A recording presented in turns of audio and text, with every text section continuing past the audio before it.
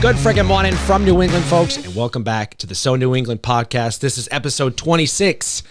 26. Yeah, that's crazy. It's crazy. I am your host, Ian Brownhill, joined by my co-host, Robert Travisano, all things life spent in New England, and So New England podcast producer, Vincent Guarneri. And as always, folks, we have a very special guest for you, an eclectic man who's got a lot of stuff to share with us, a lot of background and experience and totally different stuff. So, without further ado, RJ, give us our introduction to today's guest.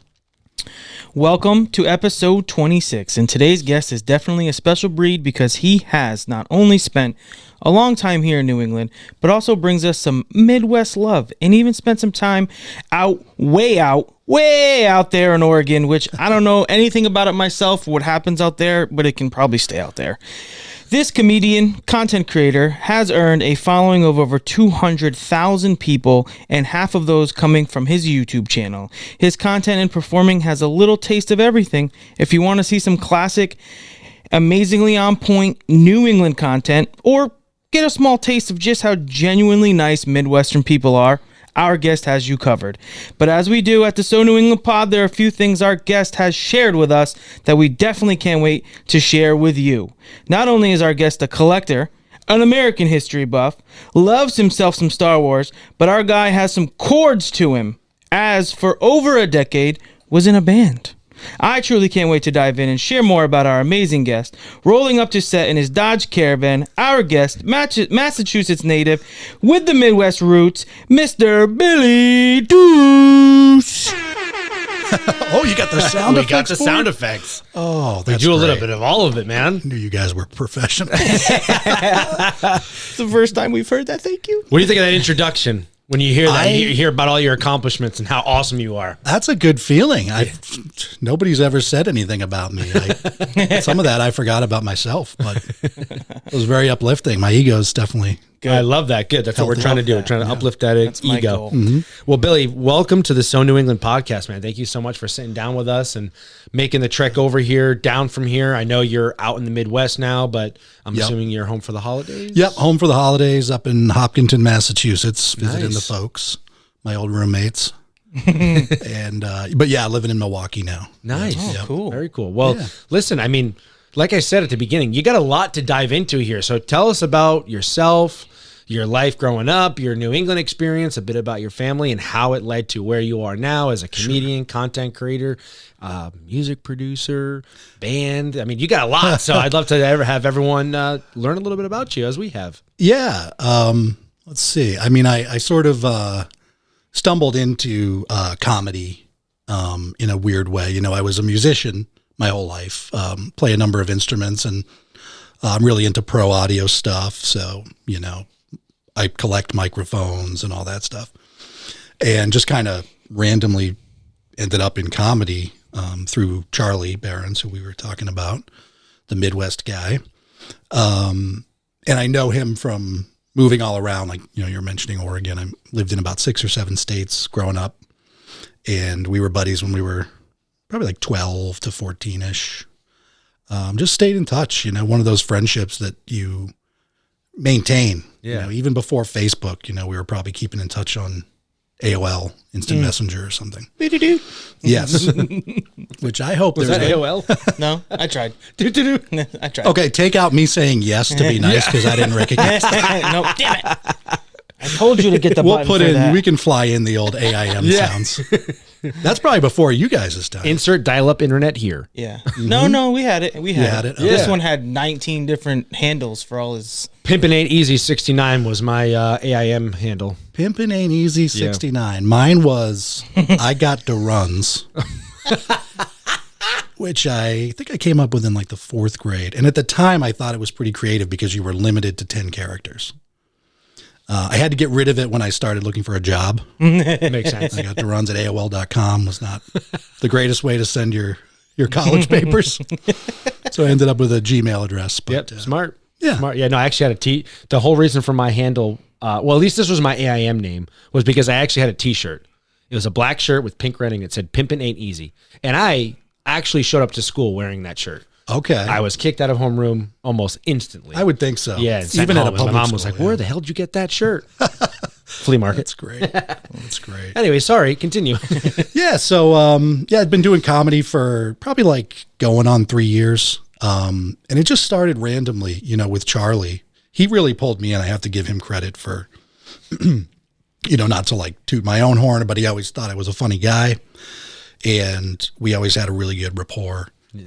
And so I ended up doing some random video with him when I was visiting him. It went really viral, actually. It did really well. And it was called Midwest Meets East Coast, which is a little broad. The comment section was like, East Coast, because it was a Boston guy. Right. The character. So a lot of people from like Philadelphia are like, that's not the East Coast.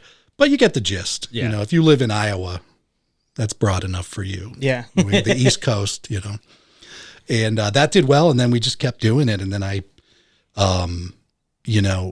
he sort of offered, do you want to come to Milwaukee and write for me and edit? I do editing, video, audio. And not being married and not having kids gave me the liberty to just be like, yeah, why not? And not having a real job, really. Yeah. To speak of. With the exception of, music, which I was sort of my own boss in a way. So, Right.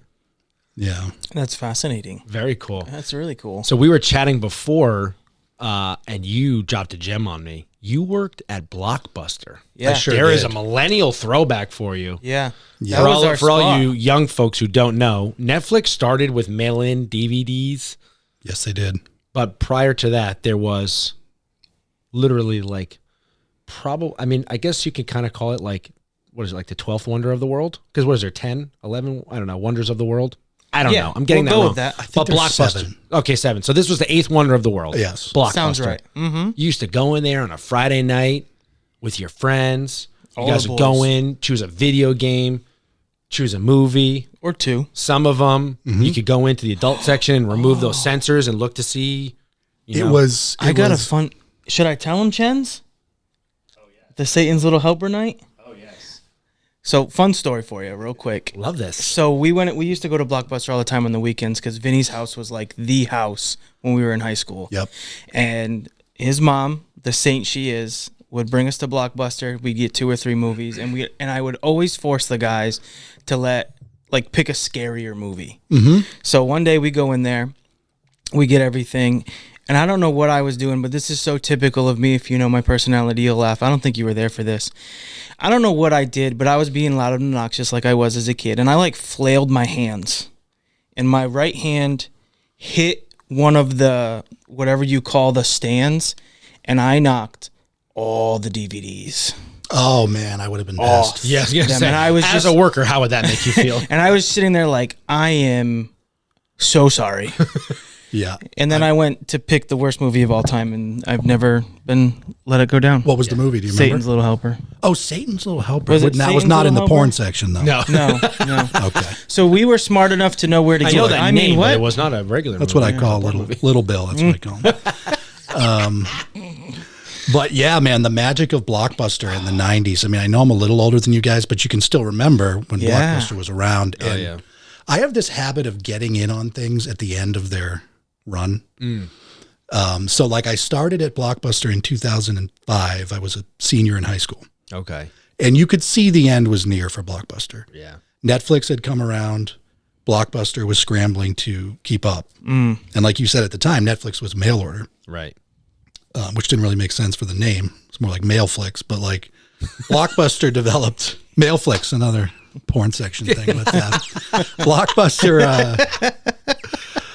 Blockbuster tried to stay relevant by having this thing called Blockbuster Online, which was essentially Netflix. Never took off. And Yeah. so I was just there at Blockbuster watching the end. And I was there we still had VHS tapes on the walls along with the DVDs. And I remember the day the manager said, we're getting rid of the VHS tapes. I was like, okay, well, at least they're starting to see that that's an old technology. And I got to pick through them, and I bought a bunch of them. And then, there was just a slow decline in people coming in. They were trying to scramble for ways to stay viable. They tried to, their whole thing was late fees, as I'm sure you guys remember. Oh, yes. And Well, I don't. My mom does, but yes. which was, at the time, it was like probably a good idea, but you know, I'm an 18-year-old kid interfacing with someone who's livid because they owe $6 because they didn't return Liar Liar, you know? Ooh, great movie. And I'm, you know, they're talking to me like I'm the CEO of Blockbuster, and I'm like, look, man, like, unless you pay this, I physically can't rent you the movie, you know? Right. And they decided to do away with late fees. Yep. And it was just like the Wild West. People would just rent movies and never bring them back. Yeah. And that was the I end. definitely have some DVDs in my mom's basement sure. from Blockbuster that I never brought back, for sure. I remember a regional Blockbuster, because this was a corporate store. You had stores owned by Blockbuster and then franchises that people owned. Yeah. And this was a corporate store. And the regional guy came by. And basically at Blockbuster, if you weren't a complete fuck up, you just by default would ascend the ladder a little bit. But it's by not being a piece of shit. Not to say I'm not a piece of shit, but you know. Just to clarify. Yeah. This regional manager comes in, he's talking to me, and he's like, you know, I got a good feeling about you. Like, I want to talk to you about regional. And I didn't know how to say to him, like, you realize this ship is sinking and I'm not going to invest my career. And Blockbuster probably held on for another couple years. And now it's obviously a thing of the past. Yeah. But I long for it because, like you were saying, the magic of you go to your buddies for sleepover Yeah. night, couple of movies, N64, PlayStation, for you guys it was probably like Xbox, and pizza, and it's like the best. Yeah. It's the absolute Nothing best. like it. So you know, GoldenEye on N64. yeah, and That I was feel the like best. it's, you know, I don't want to sound like an old complainer, but like I kind of feel like it stinks for the younger generation. They don't get to experience the video store thing. Yeah. Yeah, 100%. And they don't miss it because they never knew it.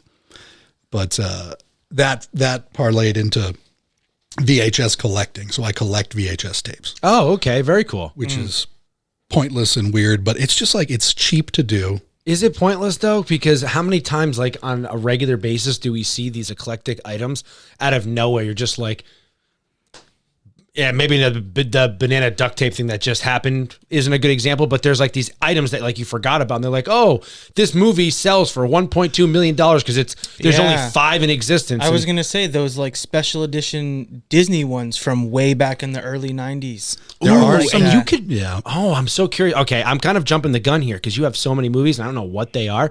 do. But there is a ton of conspiracies online about movies that existed and didn't exist, aka, do you know the Sinbad conspiracy?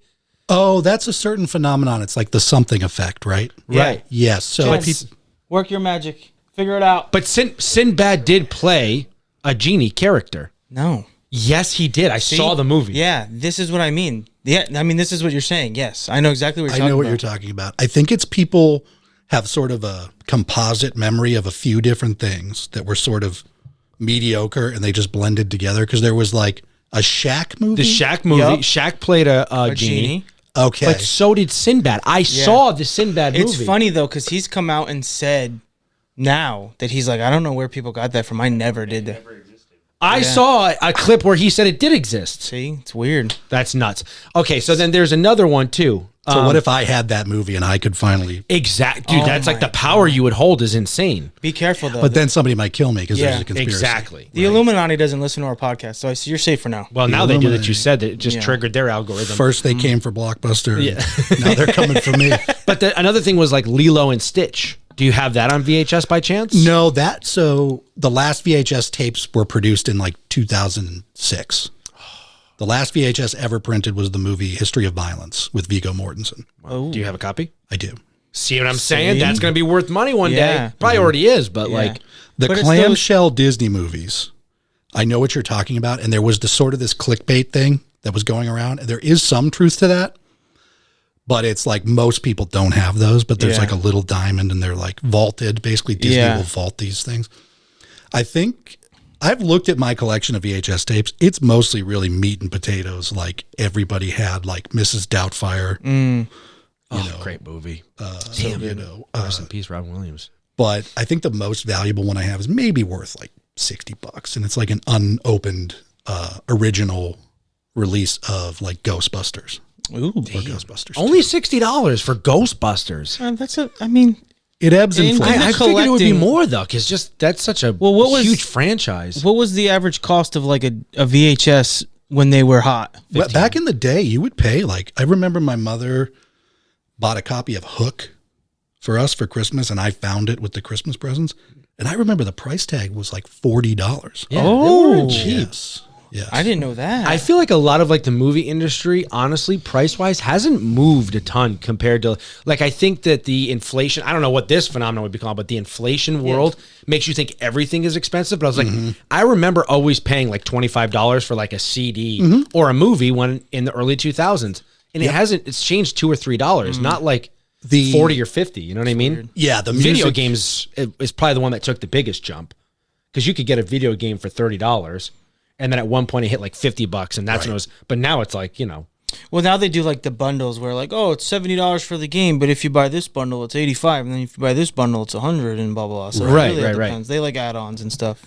Yeah, I mean, original Nintendo games back Yeah. in the day were probably $50. Right. Well, and you know what's weird too is a lot of that stuff, like when you go to like an old retro gaming store, a lot of those older games are actually more expensive than some of the like Nintendo and Sega are more expensive than some of like the PS2, PS1 games. Totally. Right. And I mean, I know why, but it's just fascinating to see that because again, like, you know, you go dust off the N64 in the basement, you just plug it in, and, you know, you kind of just get going on some of the older games, and that's now history. Yeah, totally. I mean, It's so cool. that's part of what appeals to me about it is it's nostalgic, you know. And Yeah. Same thing with, I do also collect Nintendo games, original Nintendo games. I heard they're coming out with a new Nintendo Like a new 64, a brand new console, but it's Nintendo 64. Really? I don't know if it's clickbait memes that I'm Well, seeing it and could I'm be. just being duped, but I Possibly. heard that they're redoing it. Well, because they do remaster old, like they remastered GoldenEye, I believe. Yeah. Yeah. Oh, I can't. I want to play that so bad. They Fortunately- just did, one of the Tomb Raiders. No, the Oh, I other love one. Tomb Raider back in the day. Sexual Awakening. Never mind. Sorry. Go ahead. Yeah, there was a Tomb Raider game that there was this rumor that there was a cheat code where you could make her topless, and I think that probably ate up a couple nights of my life as a 12-year-old. I don't think I got it to work, but I wasn't giving up. Oh my gosh. We could spend hours on video games I and know, stuff. But I so know. you collect VHSs. That's Yeah. very cool. Worked at Blockbuster, collected VHSs, and you are a history buff too. So you're deep into the history. Where did that come from? How did that start? Yeah. By the way, I so- love the video with the shaving of the beard and the going back and forth you just posted. Thank That was you. hysterical. That was gold. Thank you. Yeah. Yeah. It's very makes you feel very vulnerable afterwards. yeah. You know, I'm a guy who should have at least a little stubble. I don't look good close shave. We but all just figured that out about ourselves too. it's Someone threw a Halloween party, and a couple of us went pretty hard. I mean, it just, It's cold. it's cold. I have mostly Irish heritage. So like if I touch my skin, there's going to be a red blotch there for 2 days.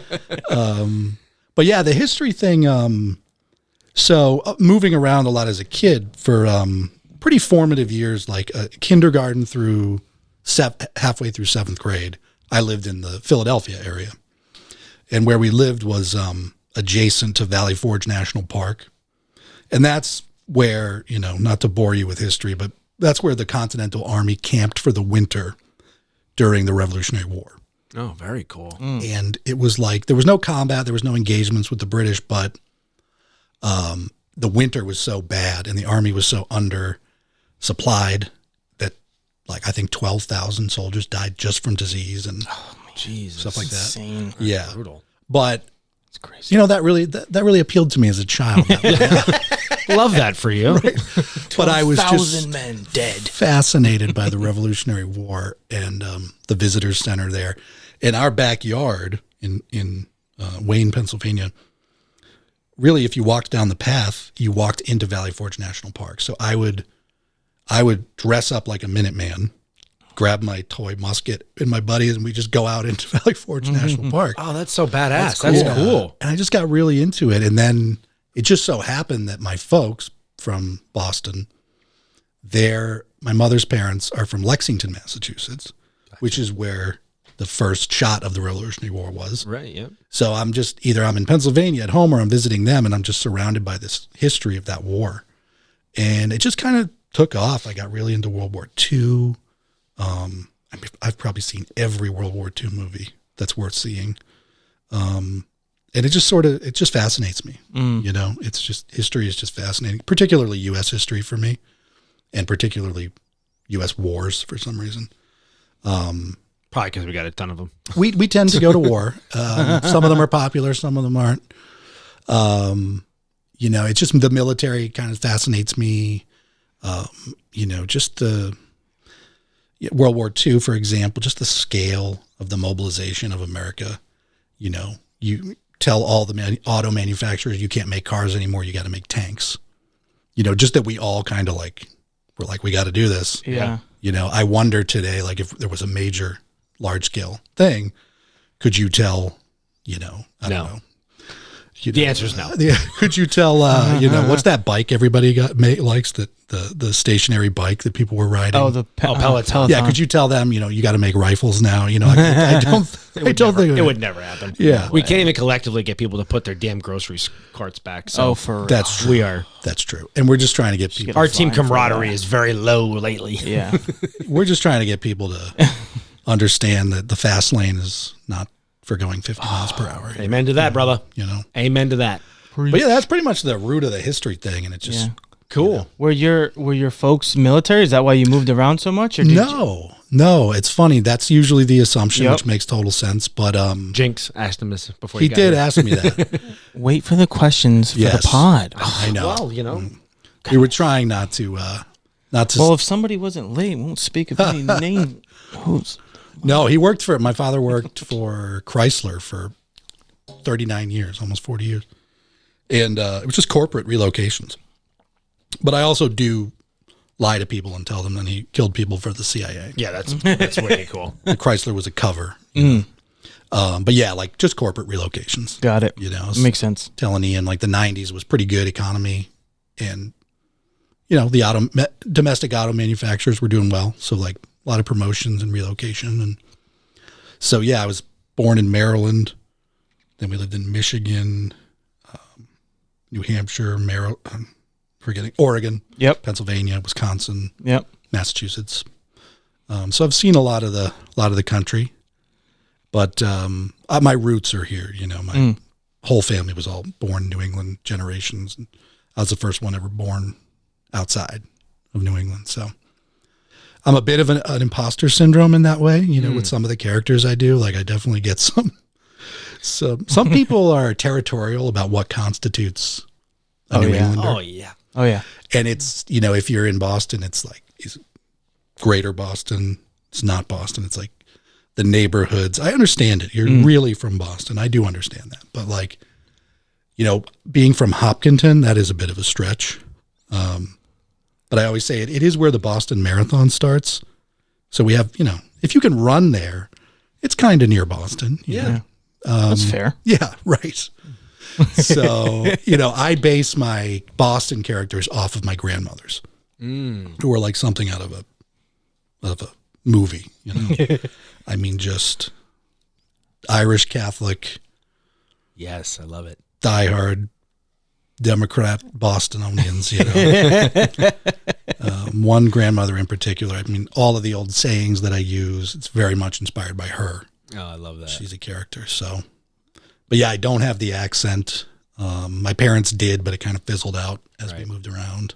I'm sure they have 7 different places, especially because some of them are close, but when you think of it from a geographical standpoint, they're quite far. Totally. So accent-wise, how people speak must have been crazy. Yeah, and when moved around. Yeah, when my dad lived in Oregon, his coworkers thought he had a Boston accent. The Philly accent is really weird. I lived in Philly, and I probably had one when I was a little kid. That's a weird accent that a lot of people can't put their finger on it. Yeah, I can't really do one, but it's let's go down to Market Street and get a hoagie and a water. Yeah, water. Water. It's a scary place. There is one content creator that I follow that does specifically Eagles, football, and Philly stuff, and he's always doing that accent, and I just find it so fascinating. It is a great accent. As soon as I hear someone, I know they're from Philly. Yeah, if they've got it. Fuck the Eagles, by the way. I'm not put that out there. I have no real. I know. I think about the Eagles. I think about fucking Nick Foles and that stupid. Oh, that's right. The stupid catch that Tom fucking dropped, and then that dork caught it, and we lost the Super Bowl. All right, anyway, fucking he never has to buy a drink in Philly again. No, he definitely doesn't. No, the guy's a legend. Yeah, don't say that. Oh, fuck him. Yeah, what? You're wearing a Patriots hat. Have some respect. But yeah, gently that and then there's another guy too that's from Pittsburgh. Have you that's seen him? one too. Accent for sure. Go. Which guy is it? I can't remember. It might be Jeremy is his name, but he goes does the Deb. He's like, Deb, you want to go down the house? Yeah, go down the house. Go down the house, Deb. Yeah, no. No, Donnie, I can't go down the house, Deb. Have you seen those videos? I have not, but that Oh my! accent You have is to it. look him up. He's absolutely hysterical. It's like the thing that he does, and he's just like, "Come on, Deb, you got to come down the house." And he puts on a wig. He's like, "Donnie, I'm not coming down the house." Anyways, I'm just we're out repeating of his water. stuff, but Where are the kids? Oh, they're downstairs drawing with crowns. yeah. Oh, that's good. They're downstairs drawing with crowns. That's crayons. Yeah. Crowns. Fuck the Steelers too, by the way. Fuck them. Fuck them all. Do you need a hug? You very No, Patriots are having a shitty season, and I'm Struck not a okay nerve. about it. We knew that coming in. Damn Well, them. I'm not handling it well. How do you feel about the Packers? Do you have animosity towards them? Fuck the cheeseheads, dude. Hope they get constipated. Fuck with Aaron that Rodgers cheese. while we're at it. Yeah. That's great. And the Jets. Yep. Oh, well, you know what? Yeah, fuck Aaron Rodgers. I'm not a fan of that. not a fan of his. I don't know him, but get the feeling I don't think we'd hit it off. Good friggin' morning from New England, folks. This episode of the So New England podcast is brought to you by Iggy's RI. Iggy's RI serves their award-winning clam cakes, chowder, doughboys, and more at two beautiful locations, one in Narragansett and one in Warwick, Rhode Island. If you're visiting the Oakland Beach location, don't forget, Iggy's Boardwalk is a full-service restaurant. They also have Iggy's Creamery. But in case you missed a taste of home, don't forget, Iggy's RI ships worldwide on Goldbelly, right to your front door. Iggy's also offers catering for your next event, as well as their very own food truck, bringing their Rhode Island tradition directly to you. For more questions, visit iggy'sri.com. And remember, folks, it's always summer at Iggy's. Okay, awesome. So you did a lot of moving around, and your family is like originally from this area. Yeah. Which is really fascinating. So when it comes to the content, I you say you're drawing some inspiration from your family members and stuff. I've seen some of the clips from like your comedy and stuff, but walk me through, like, you're saying that your friend kind of introduced you a bit into content, but like, tell me how this has kind of really developed for you as you started steering your career towards like comedy, and how you go about writing your stand-ups and how you go about writing your, because I think the one thing that I've enjoyed the most is just how well put together your guys' work is, and how your videos are they're very well paced. They're very well written. Obviously you guys shoot on very good cameras and microphones and stuff. So how does your process go? Is there a lot of time prior, or do you guys improv a little bit? Like, walk me through the whole process, top to bottom. Sure, yeah. So a lot of the credit of the quality would go to the guys that work for Charlie, and Charlie's a really good editor himself. I've sort of had like a bit of a sort of a protege type position where Charlie, you know, and his people have been generous with training me on editing in Adobe Premiere, educating me about how social media works and algorithms, and because I was relatively ignorant to social media. I really didn't care.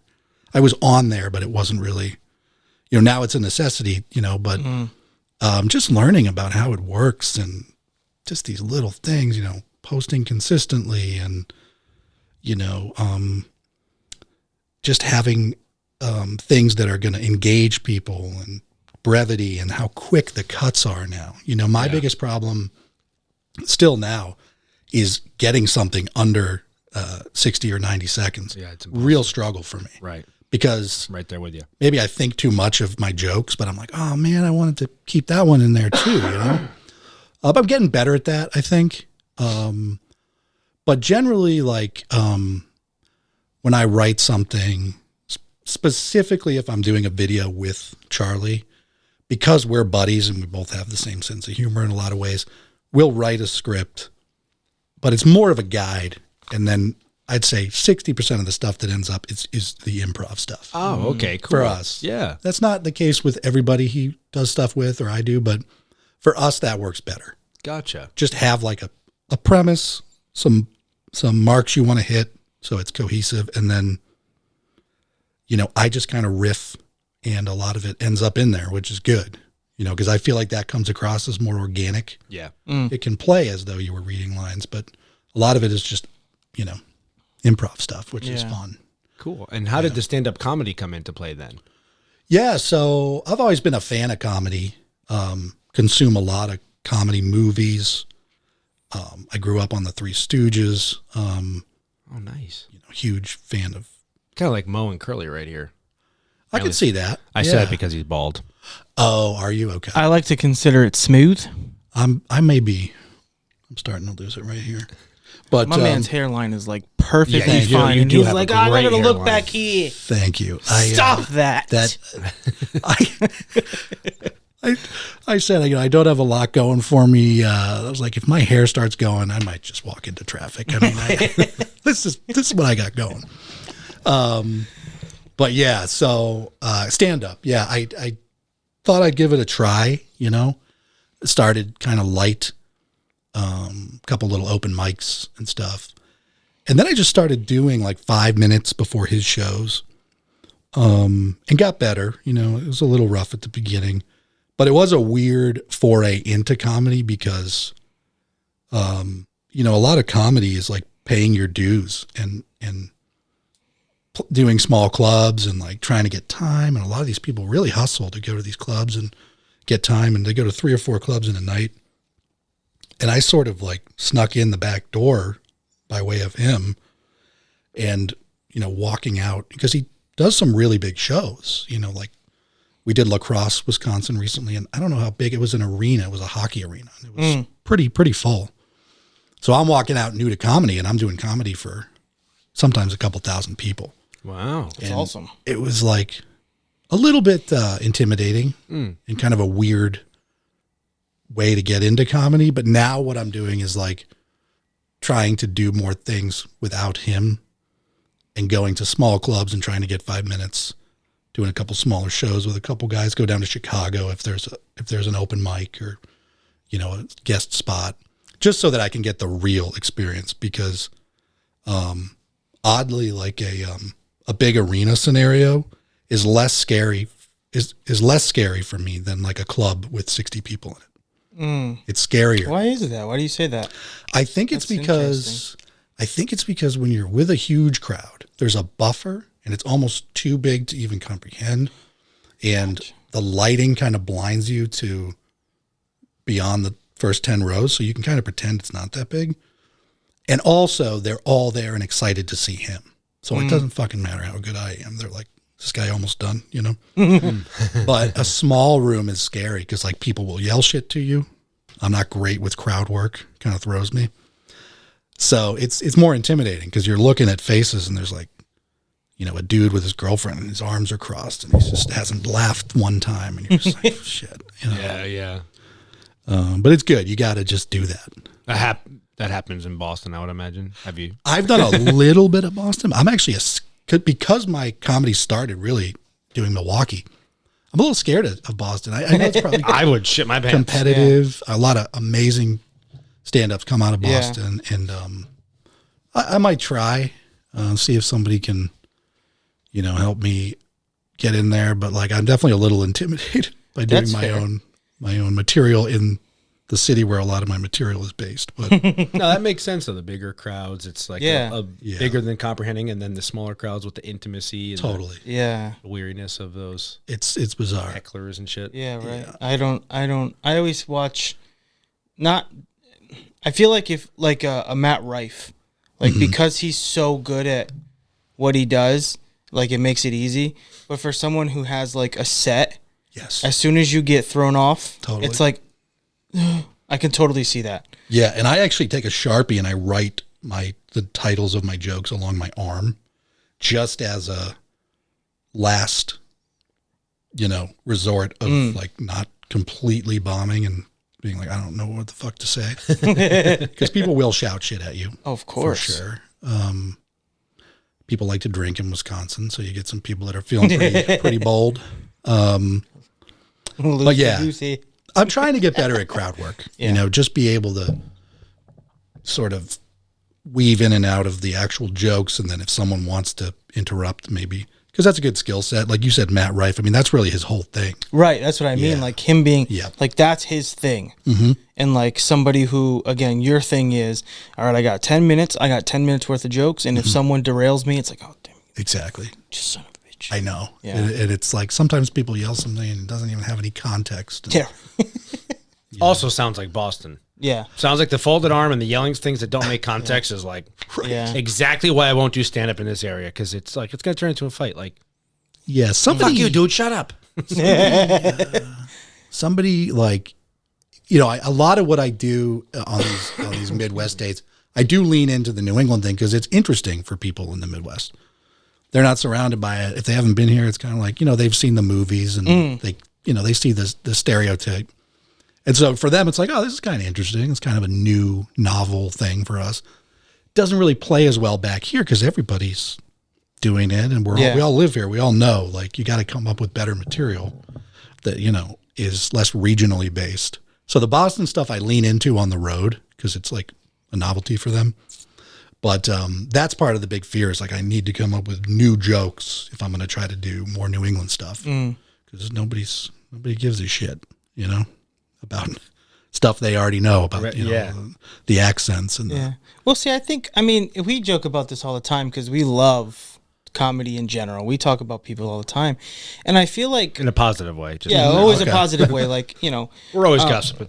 yeah. Well, I mean, it's hard to get up there, and like, you know, we've had a bunch of comedians on here, and it's like just to get up there and show face for 5-10 minutes that's a big feat because, you know, not many people have the balls to do that. But I forgot where I was going with that. no, What it was is. I saying? I'm sorry. Timestamp. Yeah, timestamp that. What was I going to ask you? Shit. He was talking about. I actually don't know where you're going with it. I don't either. I was listening, but I know. Well, we were talking about how I'm kind of afraid to break into Boston because Stereotypes. Sorry, that's where I was going with that. all right, timestamp that. Sorry, Jens. Bring it in. So I feel like when we watch stuff on like comedy, whether it's Netflix or YouTube or TikTok clips, whatever, the stereotypes are funny for a reason. That's true. And yes, when you're in Boston, if you're poking fun at a Boston guy or girl, whatever it may be, it's funny for a reason. Yeah. It's no different than anybody else going anywhere in the world, because I'm sure it's the same thing for you when, you know, maybe if you're over here and you're kind of poking fun at Midwesterners. Sure. If you can do that. Well, that's, you know, like Charlie's whole thing is right. making fun of us. Like he's part of that demographic. Yeah. So it's like we're making fun of ourselves. Boston and New Englanders in particular do have a really good sense of humor. And the Massachusetts sense of humor is really, it's like kind of gruff, and you're like, is this guy kind of a dick? And then you realize there's like a sarcasm and a cynicism that's like pretty fucking funny. Yeah. A lot of really funny people that they're not even trying to be funny. Right. You know, like just shit that happens. Like I'm walking, well, this is Providence, but like I'm walking here from my car and this dude's looking at me. I'm like, uh-oh, what's this all about? He walks over to us. He's like, hey, either of you guys want to buy a pack of cigarettes for $5? That right there, folks, is why we call this podcast the So New England Podcast, because you come to Rhode Island and someone's offering you a discounted pack of cigs. You know, That's and hilarious. it was Those are probably generous the of them. funny cigs too, so you probably could have gotten a good deal on those. If I was still a smoker, I would have said, what do you got? You got some Marlboro Newports. Lights? Some Newports? Get some Newports. Newport menthols. It's just a great, That's hilarious. I love that for Rhode Island. Yeah. Great job, Oh my Rhode gosh, Island. that's great. Way to represent. Yep. yeah, but I mean, like, I might actually stop for some nicotine because I do the Zins. Oh, you guys okay. might have to bleep that, but you know, they're probably not good for you, but I'm not smoking cigarettes anymore, Yeah. Hey, listen, which is good. we all have our vices. Yes. We're not going to judge you over her. But Massachusetts, like, they They will judge you. Oh, They yeah, will. they And Yeah, they make, Massachusetts will. they do make some decisions for you that, like, you know, I'm a grown up. I can make that decision. So Massachusetts outlawed flavored tobacco, even menthol cigarettes, I believe. Yeah. And the motivation was, I think, because the kids with the fruity Fruit Loops vapes, I get that. Yeah. You want us to curb that. But now I think a lot of people are probably going down here to Rhode Island or up to New Hampshire to get their menthols or their... Yeah, they always go up to New Hampshire. They go to the Packy up in New Hampshire. They get their tax-free liquor, and then they grab their menthols and they head back down to the city. Totally. I worked, which is also a federal crime to sell them. That gentleman, you know, had I been Had you been a child of a CIA agent, right. you would know how to knock on this guy. I would have said, Dad, this guy's trying to sell me counterfeit cigarettes. He'd say, son, I'm with the CIA, not the ATF. Okay? Small potatoes. But yeah, I worked for a guy on Cape Cod in the summer. I would work at this little market. It was called West Dennis Market. And the reason I was there in the summer is because I had to go to summer school. I was not a good student. Barely graduated high school. That's all right.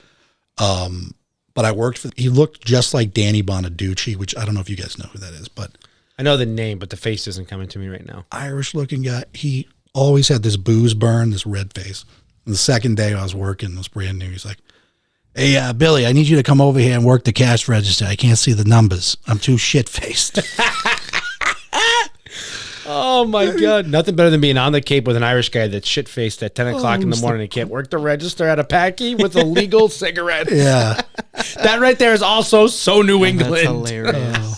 I loved that guy. And, like, he would just drink all day. And this really sweet, I remember this really sweet old lady came up to the register once. She had a 6-pack of, like, Twisted Tea or something, but 2 of them were gone. And she's like, I only want to buy 4. And I was like, I don't think we sell those. I was like, so I just like figured it out and sold it. He had drank the 2. He would just pluck one out. And he would also, had a little mini fridge under the register. And he would ask people if they wanted to buy a Jell-O shot for $1. Also probably illegal. But just a great experience. Yeah. He would let me buy beer. Even cooler for you. Actually, what he would say is, I remember saying, Steve, can I buy a 18-pack of Rolling Rock? And he said, yeah, just if you get pinched, tell him you got it from the Russian place around the corner.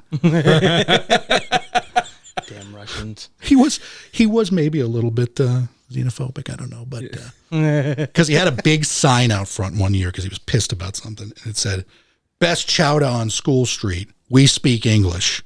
First of all, School Street's about a quarter of a mile long, so the best chowder on School Street is not a feat that is all that impressive. Like, Steve, the we speak English thing, That's so I don't know that you do speak English, by the way. Yeah. Oh my gosh. That's too funny. Yeah. So when you're making these videos, I love that story. Thank you for sharing this. So yeah, sure. When you're making these videos, is there ever a time where you reflect on, like Boston, Midwest, and you kind of say to yourself, like, I really enjoy doing Midwest stuff. I prefer doing the New England stuff. Like, is there a preferred content for you? Yeah. What I'm trying to do is like dip into the Boston character periodically. Yeah. But don't want to dry it out. Yeah, not dry it out and not like get sort of stuck with that. It's a great resource, but I like being able to I do some impressions and shit like that.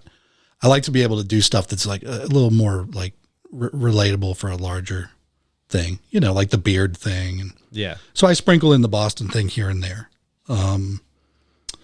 But like we were saying earlier, some of the territorial, like, I definitely get some comments. Oh, yeah. Just like, of course. I've said this so many times on here, but I always know a video is doing well when the Boston people hit the comment section pissed off at how shitty my accent is and how stupid and unrelatable my video is. I'm like, it's going viral. Well, the funny, nailed it. I think you do a great job. I mean, what is a good Boston accent? I mean, I've heard some bad ones in like The Departed, like some of them are just dreadful, but there's definitely a wide, like, I find the Rhode Island accent is different. Yeah. The main accent. And that's kind of why my accent is a bit like all over the place, right? Because when I first started making content, the intention was to have a Rhode Island accent. And I realized how difficult it was because it's really just certain words. So if you're not from Johnston, where you said you had family, and you're not from Cranston, it doesn't really naturally come to you, or Warwick. So as I started doing this, I was like, it isn't really working. Let me add in some Boston stuff. And then as it pissed people off, it kind of tended to trend a little bit more. So really my accent is an over-exaggeration of Rhode Island and Boston together. Sure. Which is why, like, there's some words where you're like, that's... People in Boston wouldn't really drop the R in that particular word. It's only like certain things, and that's why I like Scream, and I like, it's versus The Departed or a movie where you're kind of really sitting on the accent and trying to get it character accurate. Yes. So that's why I kind of go all over the place. Being a Rhode Islander, and when I meet people, they're often like, "Oh, I thought you were up in Boston." I was like, "Yeah, because the accent," but very similar, but there is a subtle like Rhode Island accent. That's for sure. Yeah. We just drop certain letters and vowels that, yes. instead of just R's, like I always use this as an example, but Warwick, Rhode Island is 2 W's, but we say Warwick. I'm from Warwick. Oh, okay. So it's like, why would we drop the why? Interesting. Coffee. And you're like, coffee? Yeah. Coffee. I'm like, where's the W in that? Yeah. So it's like, it's just certain words. It's very bizarre. You want to like know the history of it. Like, obviously, we came over from England originally or wherever the hell. Italy and Ireland came over. Oh, here. Italy and Ireland. Yeah. How did it, and Portuguese. How did it devolve into this very bizarre accent? And what is it? Is it English, Irish accents? I think if you look at it It's kind of geographically, New York, yeah. Westerly has a lot of, like, the southernmost point of Rhode Island has its own little accent, and that's like all old school Italians. Okay. And then the further you go up is where you get closer to Boston, and like we have a few buddies from one of my other friends, Justin, who is from Pawtucket, and he has a buddy, Derek, and his accent is crazy. You would think that he was from Southie. Yeah. Weird. So crazy thick. Thick. And he's always had it. It's never faltered. I wonder if it's... But it's like, that like the further you go into Boston, the more like Rhode Island it is, kind of. But it's like, where did it mesh into or turn into something different? It's really just New York. It's New York, New Jersey, and Boston together. Mm-hmm. Rhode Island is. Rhode Island is. Yeah, because we have more New York influence. That makes sense, yeah. Than we have Boston influence here, I truly think. Okay. A lot of Connecticut and New York residents kind of start to migrate up here. So like in the summertime, we get flooded with New York residents. Oh, so I think that's kind of which is why it's certain words. Because if you think about like New York City, I'm from New York. But, but like here, we're like, oh, we're from Federal Hill. And it's kind of like, oh, that's similar. Instead of like, we're from Federal Hill. And you're like, what the fuck was that? It's like probably the Italian influence. Exactly. Yeah. Like but it's cool because Rhode Island's such a small state and it's got some vast different accents. Oh yeah. It's kind of like England is like not very big, but people in London sound like a different world than people in Northern England. Yeah. Or Scotland. That stuff's fascinating. Yeah. Speaking of people, why are Midwesterners so nice? Is that a stereotype that they're so nice, or is that just to put on a show? There's truth to it. There's Yeah. truth to it. Sometimes I wouldn't say it's disingenuous, but sometimes it's just a norm that people just are pleasant to you. Yeah. There's plenty of assholes everywhere, for sure. That's fair. Just super nice people in New England, of course. I think you'll find them. You got to look around. That guy, $5 for a pack of cigarettes. Yeah, he didn't have to do that. He could have kept those. I do think it's undeniable, having moved around, that there is a genuine niceness to people there overall. And I don't know where it comes from. We're sort of detached from the coasts where it's very overpopulated, condensed, competitive. Traffic is a nightmare. And I think that just makes people, whether they know it or not, maybe just a little more rough around the edges, a little bit harder to tell if they're pissed or what. And in Wisconsin, I think it's just a little more relaxed because there's more parking. There's not a lot of traffic to speak of. Yeah.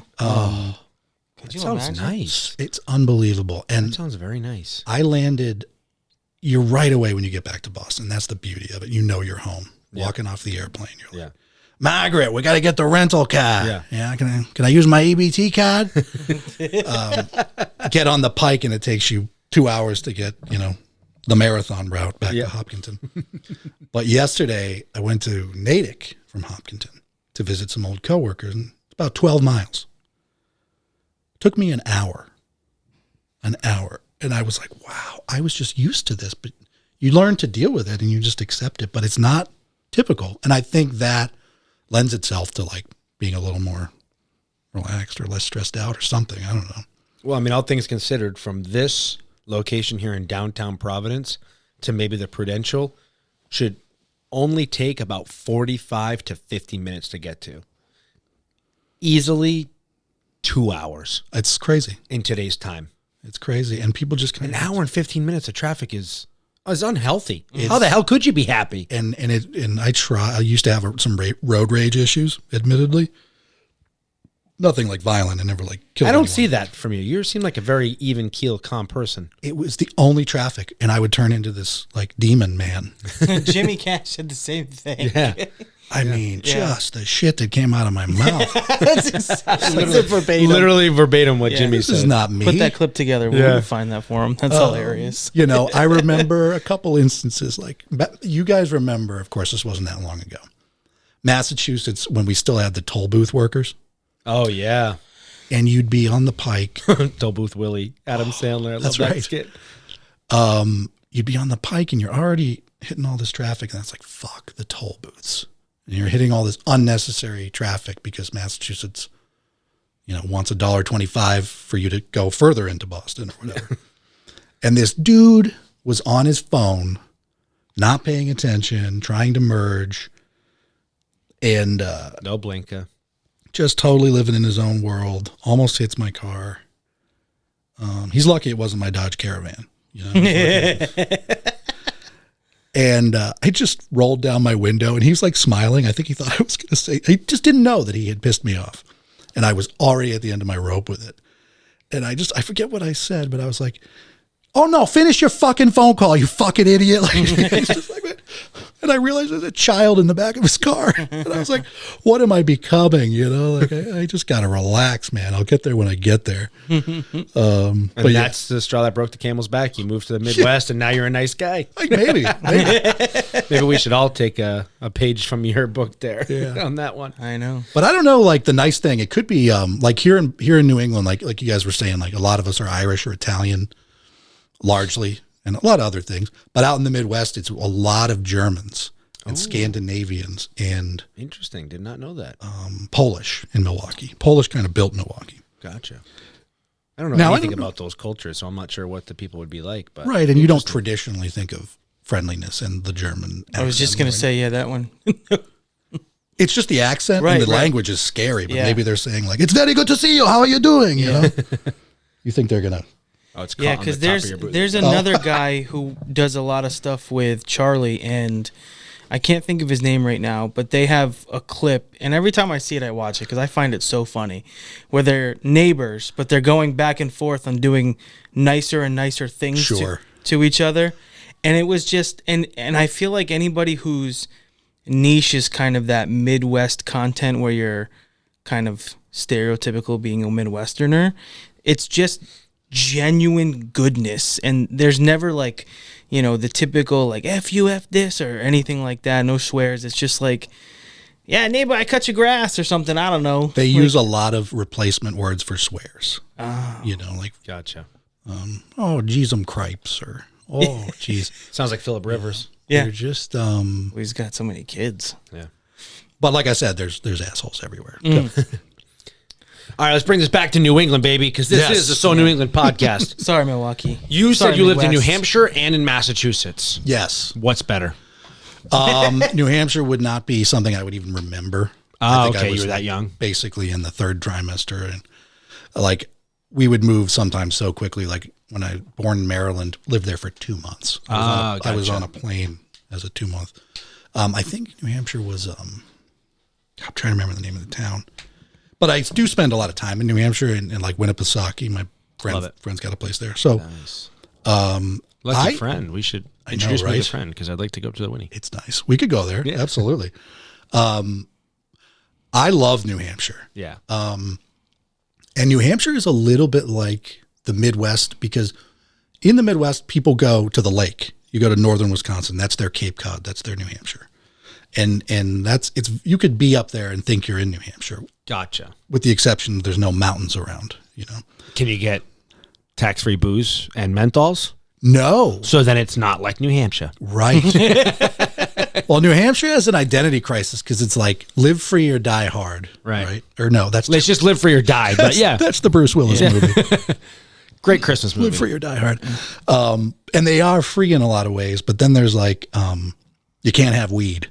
Right. And we're going to control the liquor stores. Right. So it's like, you're free to live free and die, because you don't have to wear a helmet when you ride a motorcycle. It's like, but why have you spent a lot of time in New Hampshire? Oh yeah. I love New Hampshire. Okay. My favorite state, which is where I was really getting to with this because you've had experience.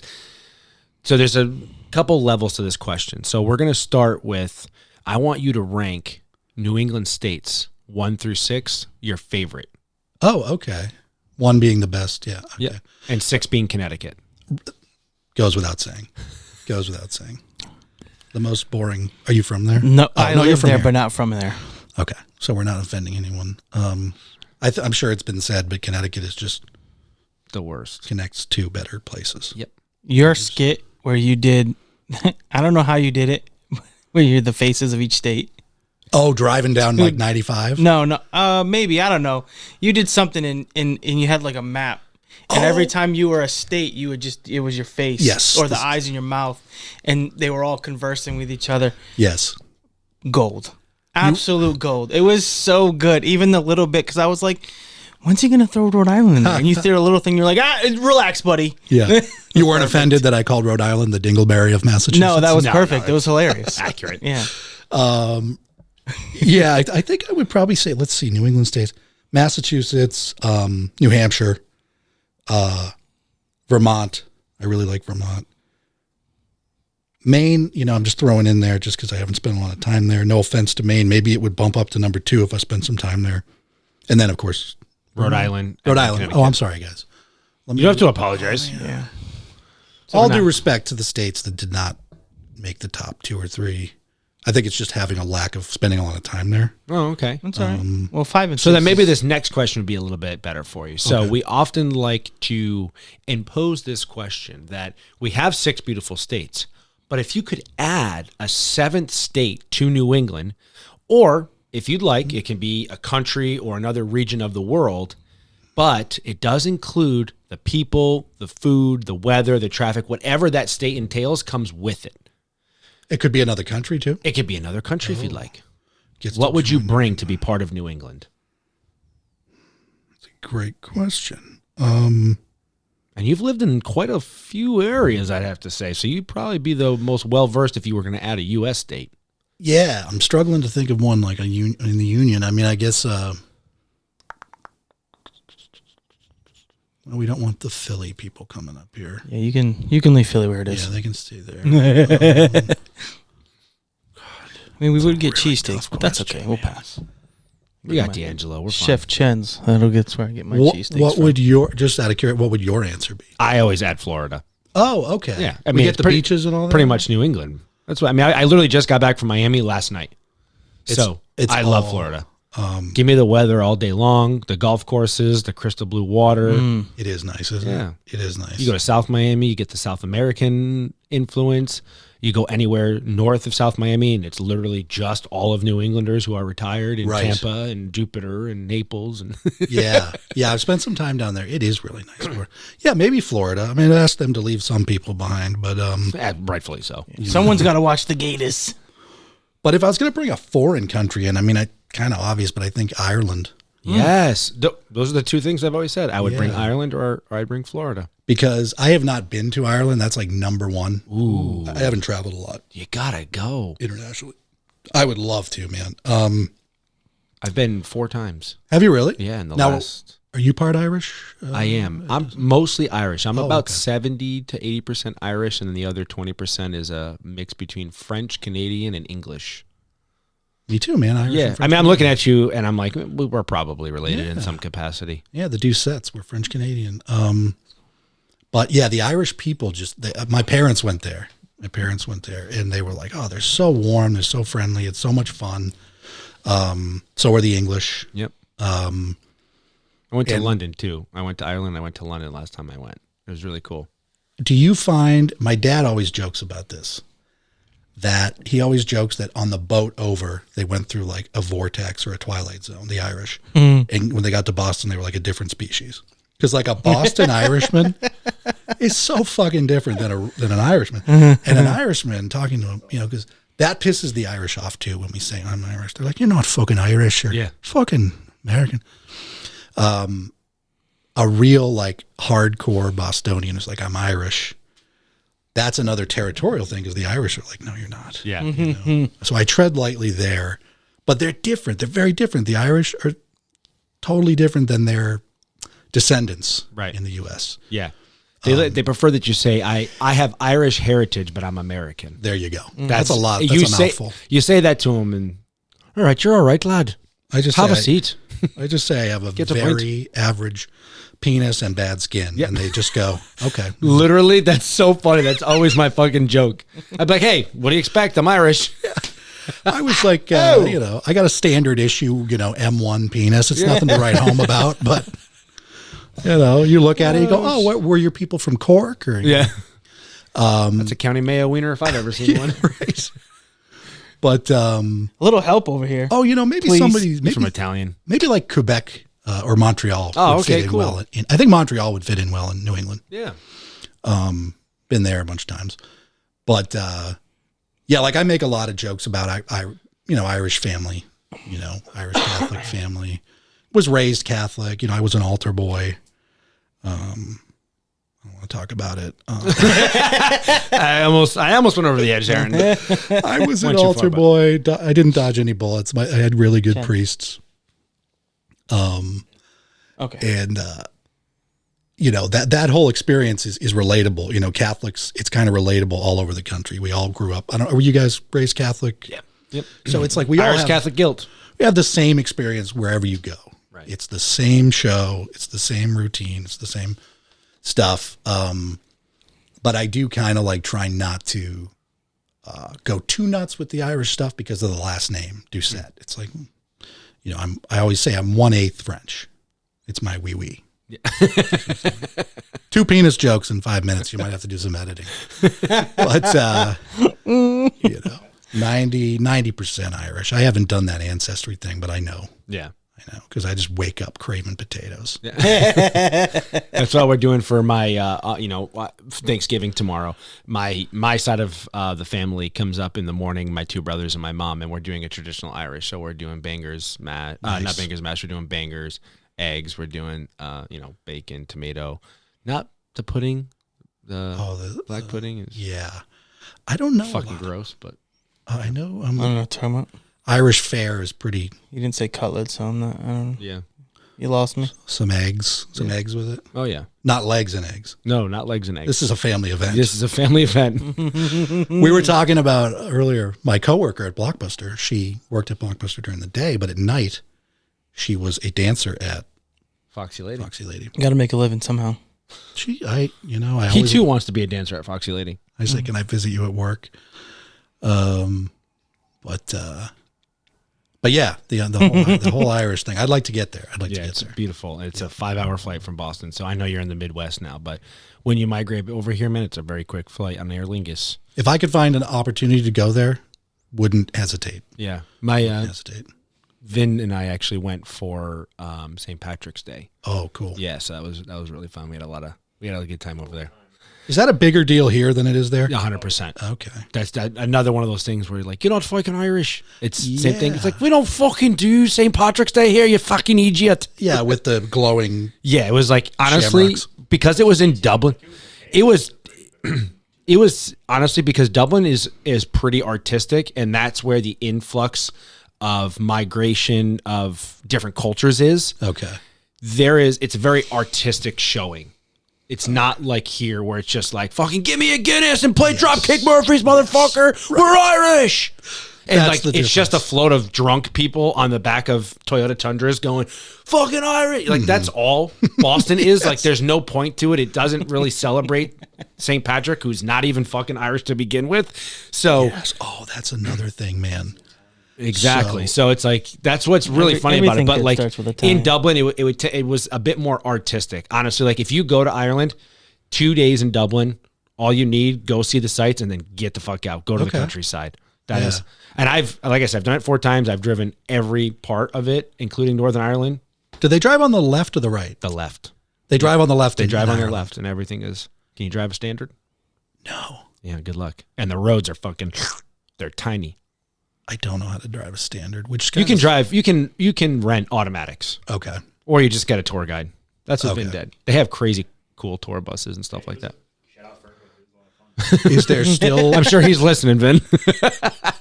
Is there still a bit of a tone of unrest or animosity as it pertains to Northern Ireland? I mean, no. I mean, I didn't notice it. I even went to Derry, which is, obviously the Derry walls and where the IRA and everything like that really hit the most. But like, Belfast was beautiful. Okay. But there is like it is the minute you cross the border into Northern Ireland and you get to Belfast, it feels like you're in the UK. Okay.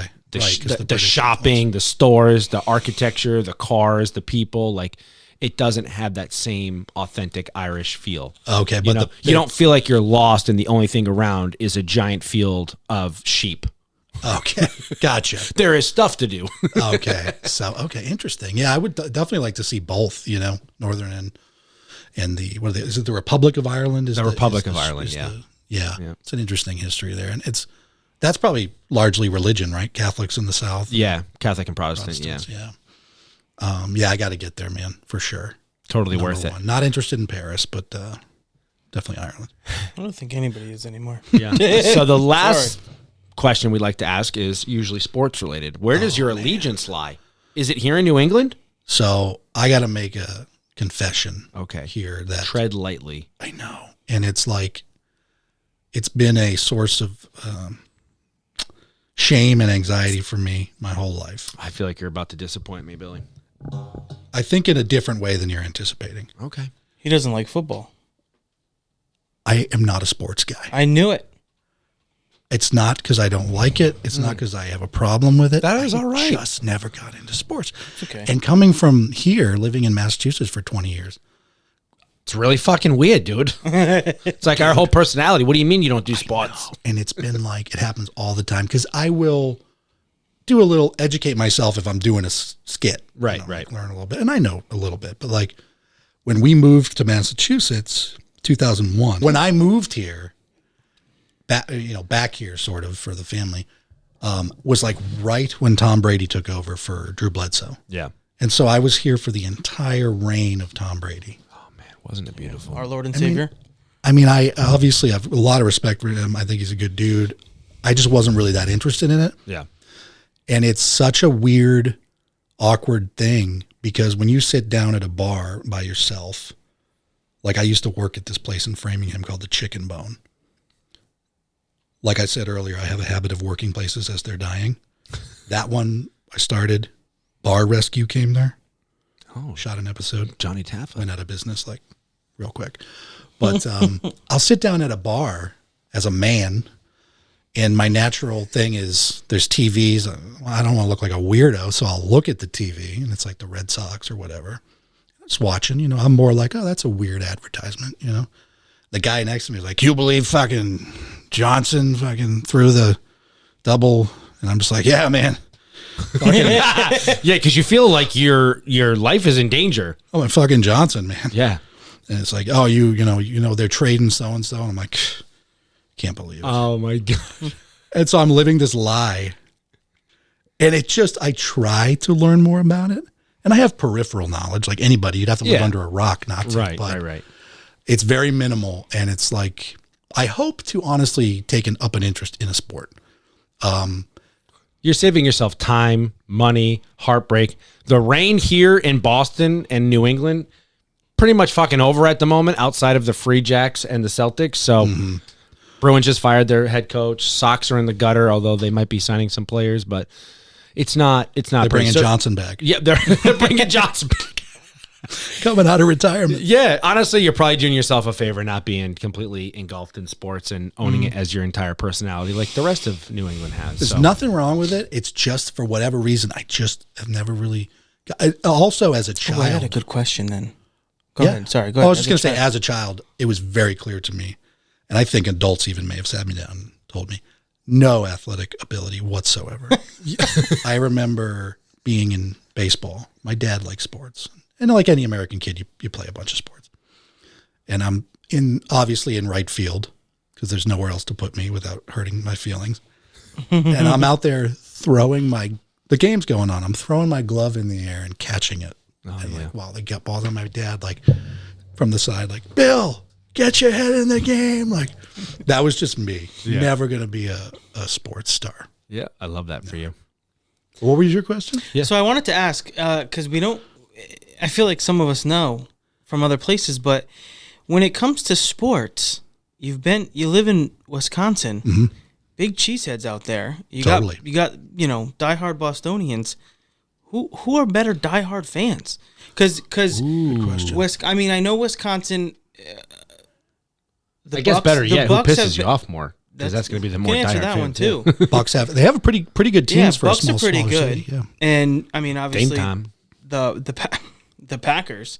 Yep. They have so much history there, but what I would say, yeah, about the loyalty and the sure the intensity of the fan base.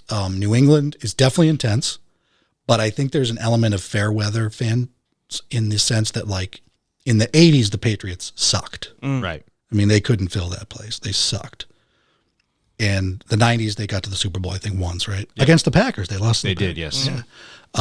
Funny. Real funny. Sorry, boys. Real funny. But, like, in New England, I don't know, fair weather's maybe not the right word, but, like, in I think more so now that's a good way to put it. Okay. That's fair. But in Wisconsin, Green Bay, it is like a cultural, even when the Packers suck, it's just, it doesn't matter. It's the experience of going to Green Bay. They have a lot of really legendary old rivalries, with the Bears and the Vikings. So the loyalty there and the, it is probably a little bit more than even New England. A little bit. Gotcha. I would imagine that people are probably like, hey, Bill, tough loss, pal. Hey, not bad. But in Boston, it's like, fucking fire the head coach, fire his mother, fire the GM. The fucking quarterback sucks. I could have made that fucking kick. Yeah. Yeah, it's a lot like, of, it's all over, everywhere. Mayo's been, 9, 7, 10, 8 games? People want and they're like, fire Mayo. It's like, we gave Bill 22 years. Right. Relax. And who's Mayo? I was going to say, Mayo's our head coach, by the way. Of what? The New England Patriots. Okay, edit Gerard that out. Mayo. Make that sound like I told you guys that. Yeah. Okay. Awesome.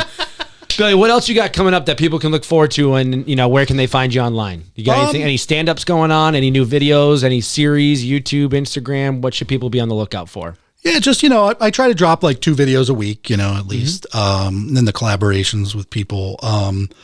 My schedule comedy-wise is kind of like, I'll post. Okay, yeah. But I never know what road dates I'm going to be on with Charlie. Okay. Kind of like, a lot of times, like he's down in Texas recently, like Austin, you want to have a local Austin guy out in, wherever you want to do that. But if it's like a date where it doesn't really matter, I'll be on those dates.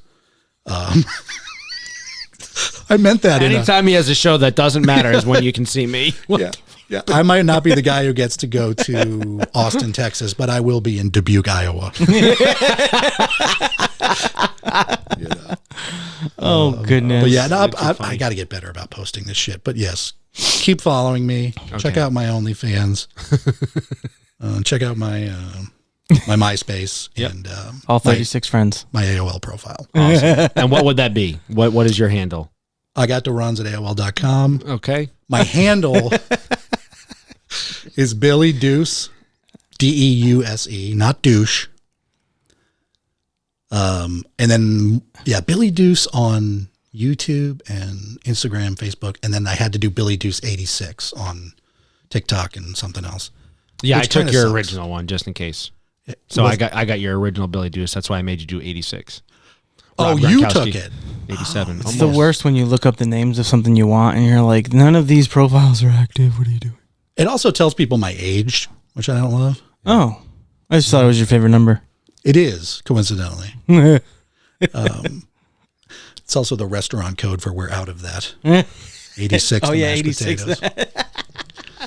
Billy, man, this has been awesome. Thank you very much thank for you sitting guys. down and letting everyone get a chance to know you just a little bit here. Yes. I know, as we talked before, that you had said you haven't really had the opportunity to put yourself out there for a lot of people to learn a little bit Not about really. you. So hopefully they did tonight, and including taking us down the nostalgic, memory lane there with you. And if you guys ever find yourselves in Milwaukee, Wisconsin for some random reason, hit me up. We can watch VHS. We can play Nintendo. Yeah. I love this. We can do some Sounds reenactment. great. Yeah. And where should I go for dinner? What was that place called? You don't have to plug it, but it's like right near. Ponyville. Never had it before. Oh, yeah. Okay. It's got good you. stuff. The hot dog. Yeah. Oh, yeah. Cool. Go get a hot wiener. Absolutely. Cool. Nothing like a hot wiener. Well, we'll end on that note. That will do it for us, folks, episode 26 of the So New England podcast. As always, folks, remember, life's better in New England.